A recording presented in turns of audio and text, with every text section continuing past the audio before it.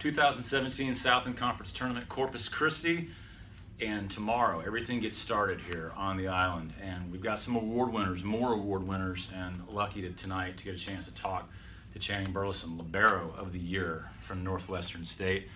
First question, Channing, is where did you find out? Where did you get the news from Coach, or was it social media? Where were you when you got the announcement that you had won that award? I was just at my house and our coach had texted me and told me. So, I mean, I was just like, wow, you know, I didn't really believe it, but yeah, that's how I found out. Yeah. So not at practice, just No. hanging out around the house. I've never heard the story. I said off camera, I ran into your mom, but I sent my oldest son west and you came east. My son's a freshman at ACU, so he's out close to your hometown in Midland. Tell me the story about getting from Midland, Texas is different than Natchitoches, Louisiana. What's the story of being recruited and coming all the way out? I mean, it's far from home, but I mean, I was excited to move off at first, you know, and then I realized how much different it was from back home and like not really having family that close. But I mean, I've adjusted, and so I like it. So were there other spots closer there in West Texas that you had considered to go, or was it something where just when Northwestern State came calling, it was like, that's the right place?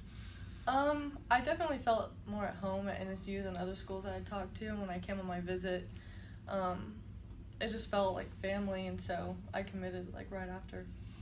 How does getting back to Midland, or do your parents still, or do you still have family in Midland? Yeah, my mom and them still live in Midland. So how often do you get a chance? I mean, that's a haul. Do you drive that to get home? Yeah, I do. When I get the chance, I have enough time, so it's really just like Thanksgiving break or Christmas break, things like that. You know, you were not exclusively a libero, in fact, recruited as a hitter.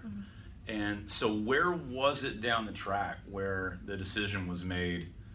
I think the decision is made, but where was the decision made where, hey, I'm gonna play in the off-color jersey? I mean, our coach had just talked to me about how I felt about switching positions, and I've always really liked defense, and so, I mean, I was open to it, and I've enjoyed it a lot, so. So was it at the beginning of this year or off season? Because I know, you know, that at times before this year you'd played a little bit other places, but coming into camp this year, pretty much just solid, only libero? Oh, yeah, for sure. Yeah. I haven't really hit since my freshman year, so. Yeah. One of the things that I heard from more than one coach as I talked to them about you, and your name came up a lot as I talked to them about back row players, 2 or 3 coaches said the exact same thing to me. They said one thing that makes you impressive to them is that it's one thing to be a libero that can play well in serve receive. It's another thing to play well in rally and serve receive and dig the target.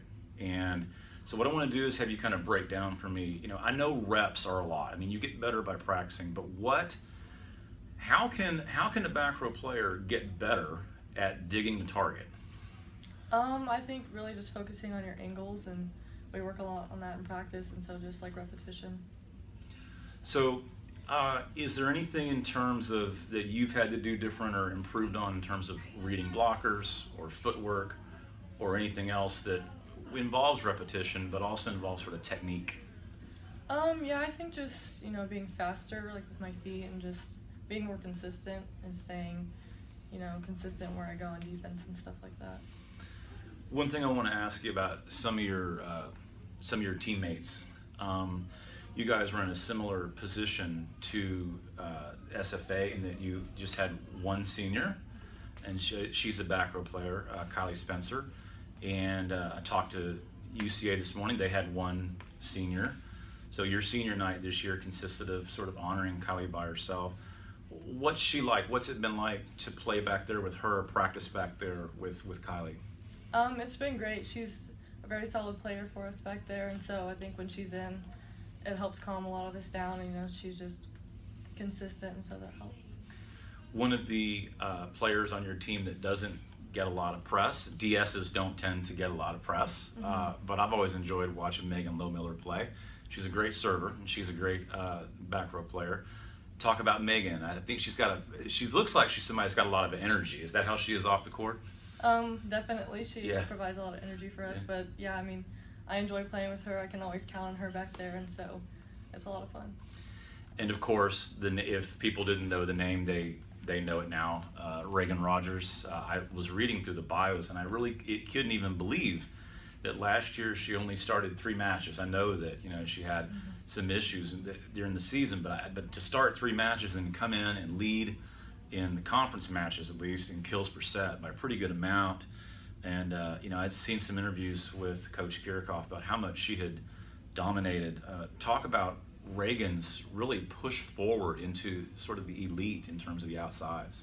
Yeah, I mean, it's been said multiple times this year, but she definitely took advantage of her opportunity, and she's run away with it, and she's been really great for us front row, so it's been good.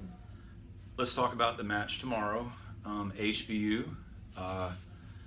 the back line will get tested. I mean, they've got a lot of front row attackers that can do damage. Of course, Bailey Banks in the running for Player of the Year. Jessica Wooten, who's great all around 6 rotation outside. Gillard, Davenport in the middle. They present a lot of challenges. What have you guys talked about in terms of playing back row defense against that many attackers? Just you got to be ready to go for everything, and even if they're out of system, they can still take a great swing, so you just can't really not be expecting it, we just got to execute. And finally, what are some of the things in terms of confidence that for Northwestern State? About midway through the year, I was writing a little bit and was looking at top teams and didn't include your team in that write-up. But then right after that, y'all got hot and sort of, you and McNeese sort of pushed your way into this. Is the team got a fair amount of confidence on the bus ride over here? What's the demeanor of the club going into tomorrow? Yeah, we definitely have confidence going into tomorrow. Having played HBU twice already has given us, a level of comfortness, I guess, going into tomorrow, even though we have lost the past 2 games against them. But, I mean, as long as we execute and do what we know to do, so. HBU and Northwestern State, they'll have game 2 after SFA and Abilene Christian face off tomorrow.